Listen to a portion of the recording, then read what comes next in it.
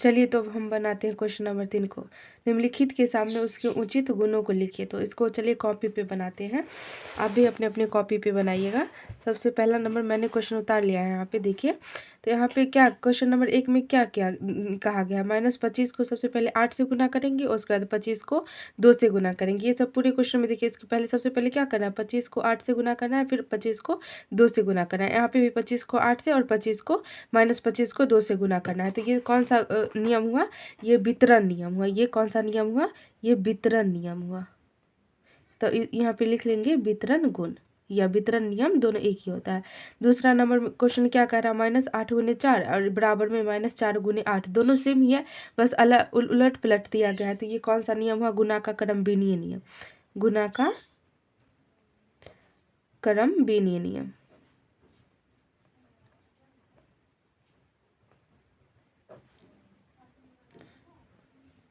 और question number 3 में क्या कह रहा है, देखिए यहाँ पे क्वेश्चन नंबर 3 क्या है, 20 गुने 30 बराबर गुने 40। यहाँ पे दोनों को गुना करने पर दोनों के बराबर में सेम ही अंक आएगा। तो ये कौन सा कौन सा नियम है, गुना का सहचर्य नियम, गुना का सहचर्य नियम। गुण देखिए, अगर दो ऋणात्मक पूर्णांकों को आपस में गुना करेंगे तो धनात्मक पूर्णांक आएगा ना 20। तो ये हुआ गुना का संबरक गुण, संबरक गुण।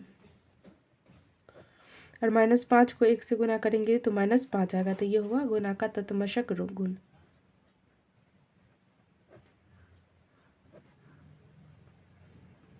तत्मशक गुण।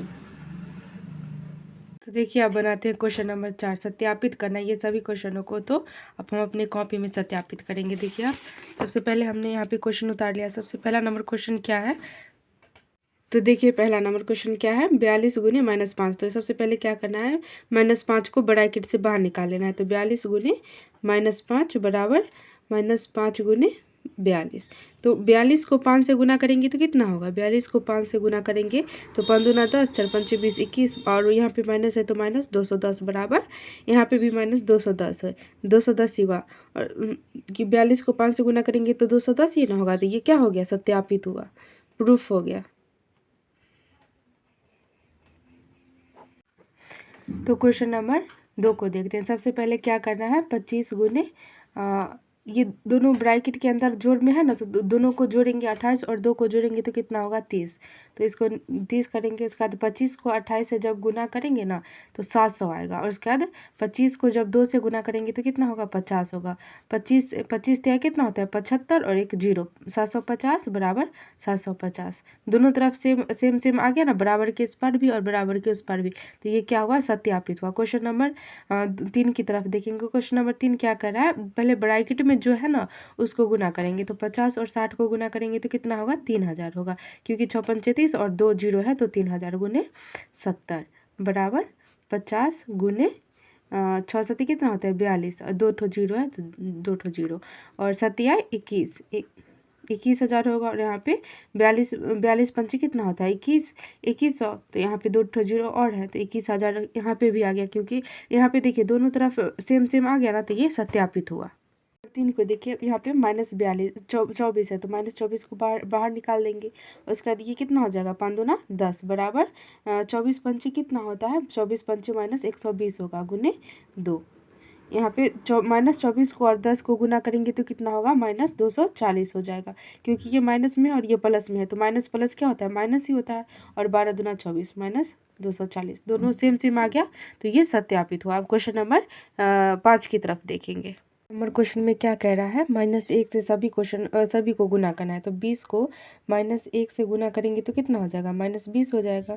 उसके बाद बी नंबर में क्या है, -45। -45 को अगर 1 से गुना करेंगे -1 से तो कितना हो जाएगा, +45, क्योंकि माइनस माइनस प्लस होता है। जीरो को किसी भी संख्या से गुना करते तो वो क्या हो जाता है, जीरो ही हो जाता है। क्वेश्चन नंबर 4 को -1 को -1 से गुना करेंगे तो कितना हो जाएगा, -1। -50 को -1 से गुना करेंगे तो +50 हो जाएगा।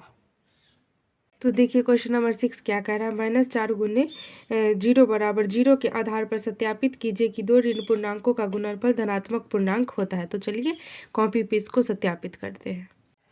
तो क्वेश्चन नंबर 6 को देखिए। क्वेश्चन नंबर 6 में आपने क्वेश्चन पढ़ लिया है। तो यहाँ पे क्या कह रहा है, -4 गुने 0 बराबर 0 और -0 के आधार पे सत्यापित करना है। तो यहाँ पे देखिए, अगर -2 और -2 को लिखेंगे तो कितना हो जाएगा, 0 ही ना होगा। तो -2 और 0 को आप तो समझते हैं, -2 और 2 कितना होगा, 0 होगा। और इसके बाद क्या करना है, अगर 0 के स्थान पे -2 और -2 लिख देंगे तो कोई भी फर्क नहीं पड़ेगा। तो यहाँ पे क्या लिखेंगे, 0 के स्थान पे 2 गुने 2 - 2 बराबर 0। या इसको कैसे लिखेंगे, -4 को इसको कैसे लिख सकते हैं, ऐसे लिख सकते हैं ना, 2 प्लस -2।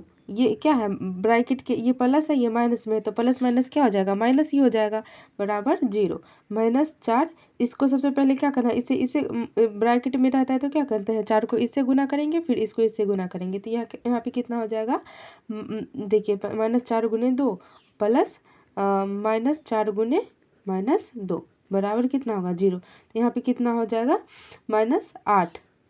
तो यहाँ पे कितना होगा, देखिए -8 प्लस -4 गुने -2 बराबर 0। और ये -4 है और ये -2 है, बराबर ये माइनस के इस पर, ये माइनस में है, अगर बराबर के उस पर जाएगा तो क्या होगा, प्लस में हो जाएगा। तो 0 + 8। ये देखिए, ये अगर ये दोनों को -4 गुने -2 बराबर 8, अगर ये दोनों को गुना करेंगे तो कितना होगा, पॉजिटिव में आएगा, +8 आएगा। तो ये दो ऋणात्मक पूर्णांकों को गुना करेंगे आपस में तो क्या आएगा, धनात्मक पूर्णांक आएगा। तो ये प्रूफ हुआ।